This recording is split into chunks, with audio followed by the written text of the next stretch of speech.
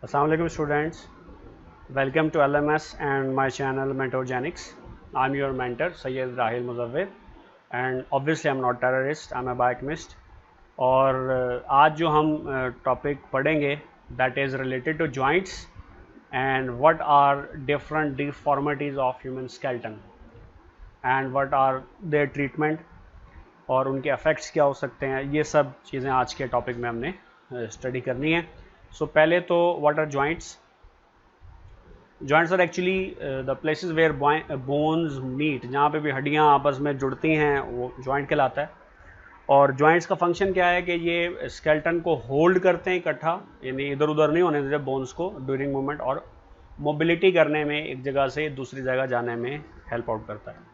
और जो जॉइंट्स की क्लासिफिकेशन की जाती है वो एक्चुअली दो तरीके से, एक तो उसके स्ट्रक्चर की बेस पे, दूसरा वो कितनी मूवमेंट अलाउ करता है. तो पहले हम पढ़ते हैं वो क्लासिफिकेशन जो कि मूवमेंट की बेस पे होती है. सो एक है इमूवेबल जॉइंट्स जो बिल्कुल ही मूव नहीं करते, जैसे आपके दांतों के जो जॉइंट्स हैं, जो बोन्स हैं आपके टीथ जहाँ पर अटैच हैं, वो इमूवेबल जॉइंट्स हैं. फिर स्लाइटली मूवेबल जॉइंट्स हैं जो आपके वर्टिबल कॉलम से रिलेटेड हैं. और फिर मूवेबल जॉइंट्स हैं जैसे आपका शोल्डर जॉइंट है, हिप जॉइंट है, नी जॉइंट है, एल्बो जॉइंट है. सो ये एक्चुअली बुक की ही डायग्राम है और ये मूवेबल जॉइंट्स हैं, साइनोवियल जॉइंट के टाइप्स में आती हैं. एक है जी ball and socket joint. So ball and socket क्यों बोलते हैं कि एक जो बोन है वो सॉकेट की तरह की होगी. सॉकेट कोई भी चीज़ जिसमें आप, जैसे इलेक्ट्रिसिटी का सॉकेट होता है, आप उसमें स्विच लगा सकते हैं, सॉकेट है. और दूसरी जो बोन है वो गोली की तरह होती है, बॉल की तरह होती है. जो फीमर है ना, फीमर का जो हेड है, जो आपके हिप बोन के अंदर अटैच होता है, बोन जो अटैच होती है उसका हेड जो है वो बॉल की फॉर्म में होता है, और जो ओपनिंग है वो सॉकेट की तरह की होती है हिप के अंदर, उसके अंदर ये जाके लग जाता है. इसे बॉल एंड सॉकेट जॉइंट बोलते हैं. हिंज जॉइंट है जो आप देख सकते हो कि उसकी यहाँ पे इंफॉर्मेशन या डायग्राम मौजूद है कि अल्ना है और जो ऊपर बोन है ह्यूमरस, उसके दरमियान एक जॉइंट है. और फिर तीसरा जॉइंट है जो एक्सप्लेन नहीं किया, सिर्फ डायग्राम में, pivot joint. Pivot joint actually rotatory movement होती है, जैसे रेडियस और अल्ना है. आपको चीज़ जार है, आपने उसको ढक्कन को खोलना है तो आप उसको ऐसे घुमा सकते हो, अपने हाथ को रोटेटरी मूवमेंट दे सकते हो. फिर आपकी जो नेक है, आप इसको राइट और लेफ्ट अपनी मुंडी को दाएं बाएं घुमा सकते हैं. क्यों? क्योंकि जो पहले दो वर्टिब्री हैं उनके अंदर ये पाइवट जॉइंट मौजूद होता है. फिर जो क्लासिफिकेशन है वो स्ट्रक्चर की बेस पे है जॉइंट्स की. अब उसमें एक तो फिब्रस जॉइंट्स हैं, ठीक है, एक कार्टिलेजिनस जॉइंट्स हैं और साइनोवियल जॉइंट्स. अब इनकी डिटेल पढ़ते हैं. फिब्रस जॉइंट्स, ये जो जॉइंट्स हैं, these are held together by short fibres, और वो फाइबर्स कहाँ एम्बेडेड होते हैं? कनेक्टिव टिश्यू में, यानी बोन्स के अंदर. ठीक है, जो स्पेशली टीथ वाले जो जॉइंट्स हैं आप उनको कह सकते हैं कि वो फिब्रस जॉइंट्स हैं, आप ये देख सकते हैं. इस तरह आपके जो स्कल के जॉइंट्स हैं वो आपस में बहुत ही, आप कह लो कि स्ट्रिक्टली या स्टिफली एक दूसरे के साथ अटैच होते हैं. फिर कार्टिलेजिनस जॉइंट्स हैं. इन जॉइंट्स में बहुत थोड़ी मूवमेंट होती है या बिल्कुल नहीं होती, और इनमें ज़ाहिर है जो ग्रोइंग बोन्स इन जॉइंट्स के होते हैं इनमें हाइलिन कार्टिलेज ज़्यादा मौजूद होता है.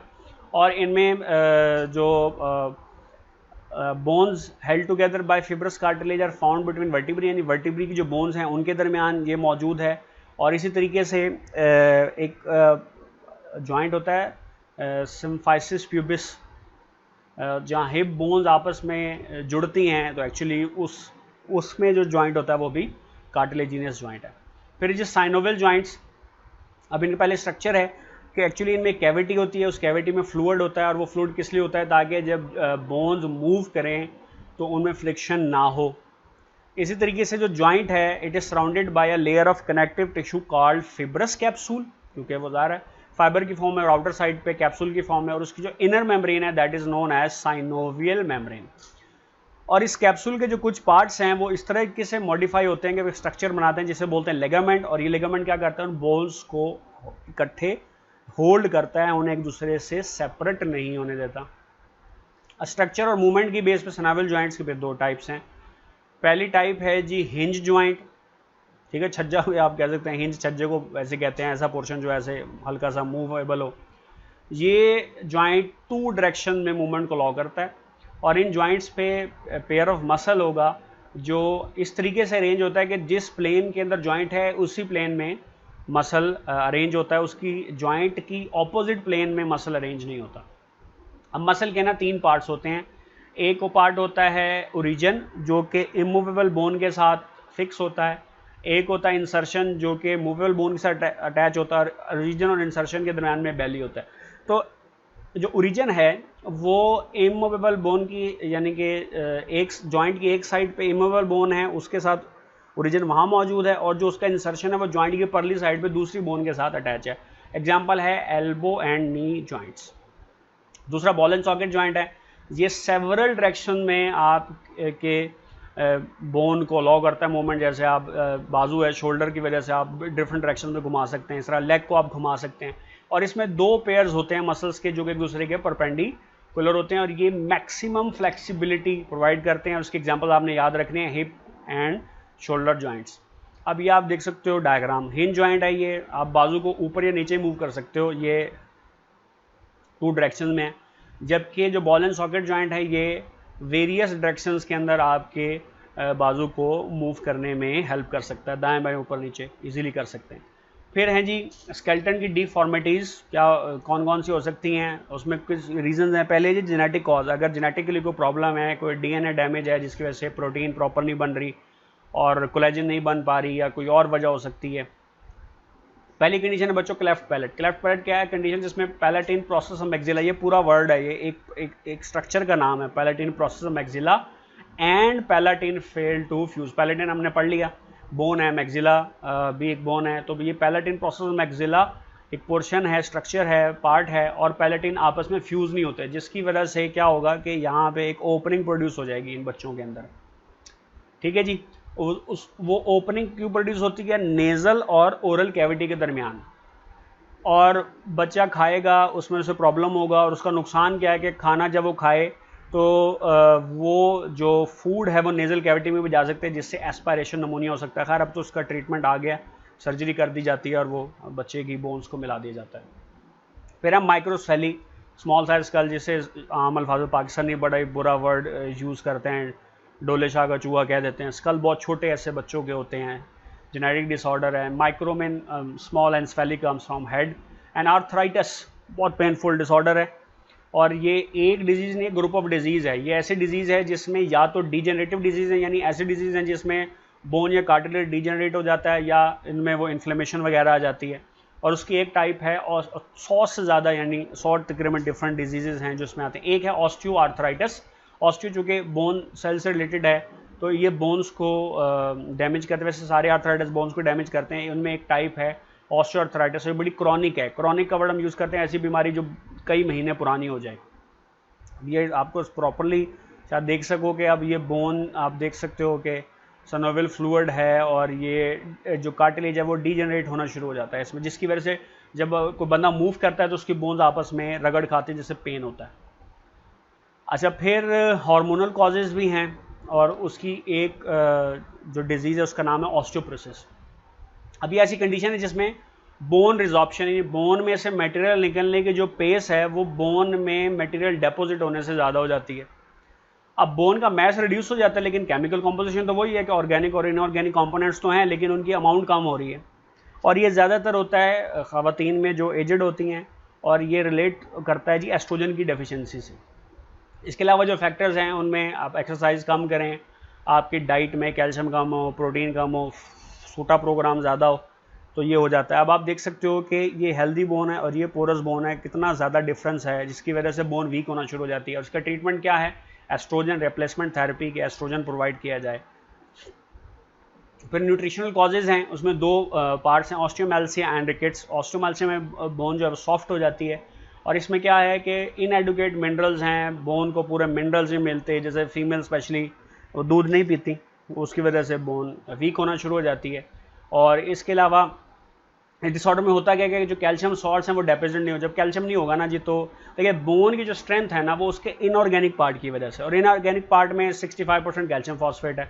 जब कैल्शियम ही नहीं होगा तो इनऑर्गेनिक पार्ट डिपॉजिट नहीं होगा, बोन्स वीक हो जाएंगी, सॉफ्ट हो जाएंगे। स्पेशली जो आपकी वेट बेरिंग बोन्स हैं, जैसे लेग्स हैं, पेल्विस की बोन्स हैं, वो बेंड हो जाती हैं, डीफॉर्म हो जाती हैं। और उसका मेन सिम्टम ये है कि जब भी आप वेट उठाओगे आपको बोन्स में पेन होगा।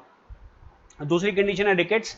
ये डिजीज स्पेशली चिल्ड्रन में होती है और उनमें लेग्स बोर्ड हो जाती हैं, खम आ जाता है और पेल्विस डिफॉर्म हो जाता है। और ये किस वजह से जी? कैल्शियम और विटामिन डी की डेफिशिएंसी की वजह से। इसका ट्रीटमेंट क्या है कि बच्चे को आप एक्सपोज करें सनलाइट में ताकि विटामिन डी बने, ठीक है। और इसके अलावा ऐसा मिल्क दिया जाए जिसमें विटामिन डी एडिड हो, विटामिन डी फोर्टिफाइड मिल्क। अब ये देख सकते हो ये नॉर्मल बोन है और ये रिकेट्स या ऑस्टियोमाइल्सी में ये बेंड आ गया है, ठीक है। तो ज़्यादा बेंड आ जाएगा, बोन में स्ट्रेंथ ही नहीं होगी तो वो पेन होगा, उसकी लेग्स डिफॉर्म हो जाएंगी बच्चे की। फिर है डिस्क स्लिप, बड़ा कॉमन डिसऑर्डर है, गिरने से स्पेशली हो जाता है।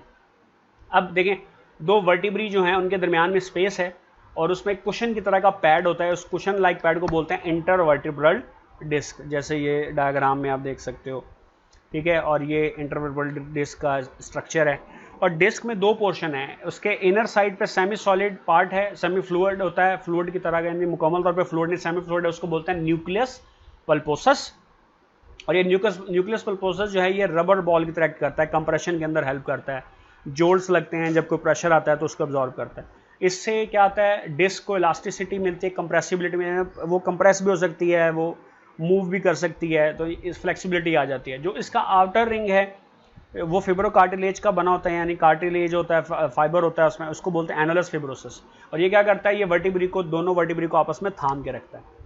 अब ये जो डिस्क है ये चलने में, भागने में, दौड़ने में शॉक अब्जॉर्बर के तौर पे काम आती है, लेकिन समटाइम लेटने में भी लेसर कंटेंट तक, एक्सटेंट तक काम भी आती है।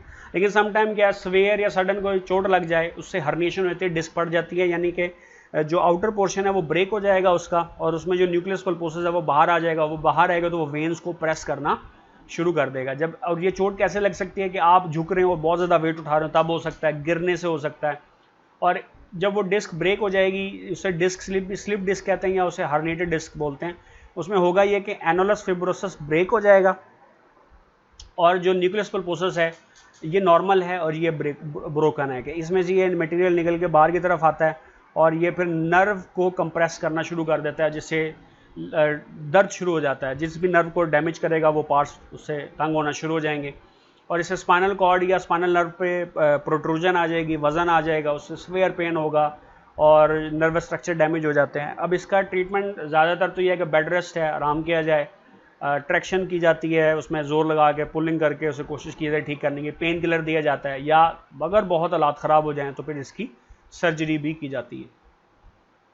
फिर ये स्पॉन्डोलाइसिस में क्या है कि जो वर्टिब्री हैं वो आपस में फ्यूज़ हो जाते हैं और उससे इमोबिलिटी आ जाती है। आप देख सकते हो कि इन्फ्लेमेशन आ जाती है, वर्टिब्री आपस में फ्यूज़ होना शुरू हो जाते हैं, इनमें थोड़ा बेंड आना शुरू हो जाता है।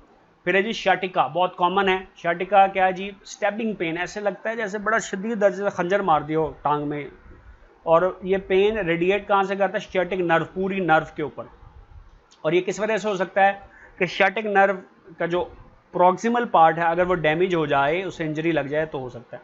अब इंजरी क्यों हो सकती है, गिरने से हो सकता है, हर्निएटेड डिस्क की वजह से प्रॉब्लम हो सकता है, या अगर कुल्ले में इंजेक्शन लग रहा हो तो वो बंदा गलत इंजेक्शन लगा जाए, नर्व में इंजेक्शन लग जाए तो नुकसान होता है। और इसका नुकसान क्या है कि लोअर लिम्ब इम्पेयरमेंट के, जो लोअर लिम्ब है आपकी वो काम करना छोड़ देती है, जो फुट एंकल मूवमेंट है वो ख़राब हो जाती है, ठीक है। और डिपेंड करता है कि नर्व रूट का कौन सा पार्ट डैमेज हुआ है।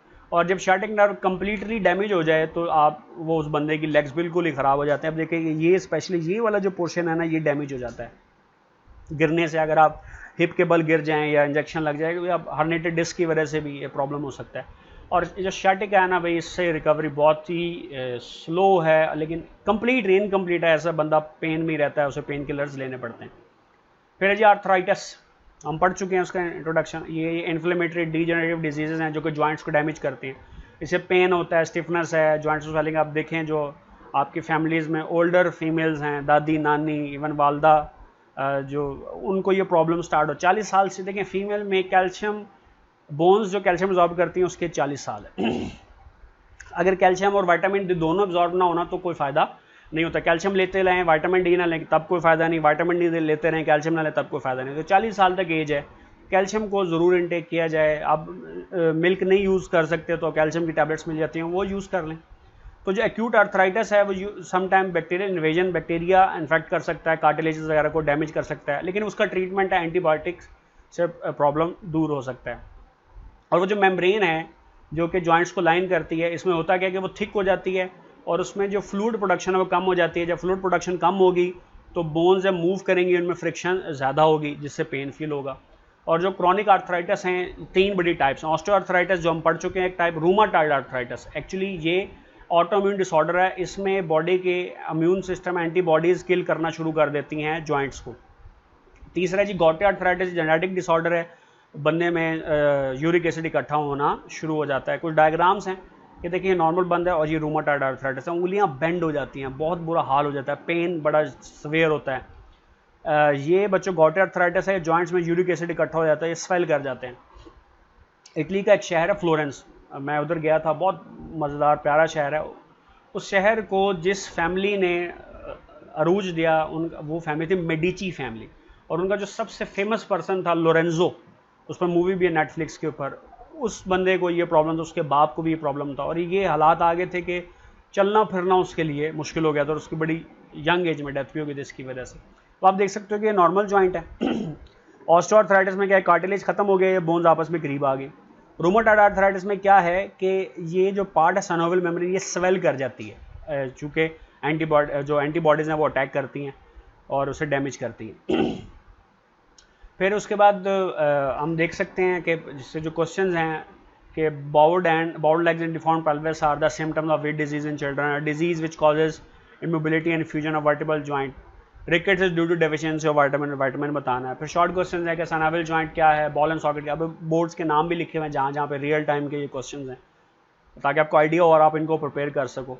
अमेजिंग फैक्ट्स क्या हैं कि सिनोवियल जॉइंट्स में एलिप्सोइडल जॉइंट्स भी आते हैं, ठीक है, इसी तरह ग्लाइडिंग जॉइंट्स भी आते हैं, उनकी डिटेल आप पढ़ लें। स्मॉलेस्ट बोन आपके कान में है, लॉन्गेस्ट बोन आपके लेग में, फीमर जिसको बोलते हैं, जो लॉन्गेस्ट है और स्ट्रॉन्गेस्ट बोन है, और जो बिगेस्ट जॉइंट है हमारी बॉडी में that is known as knee joint.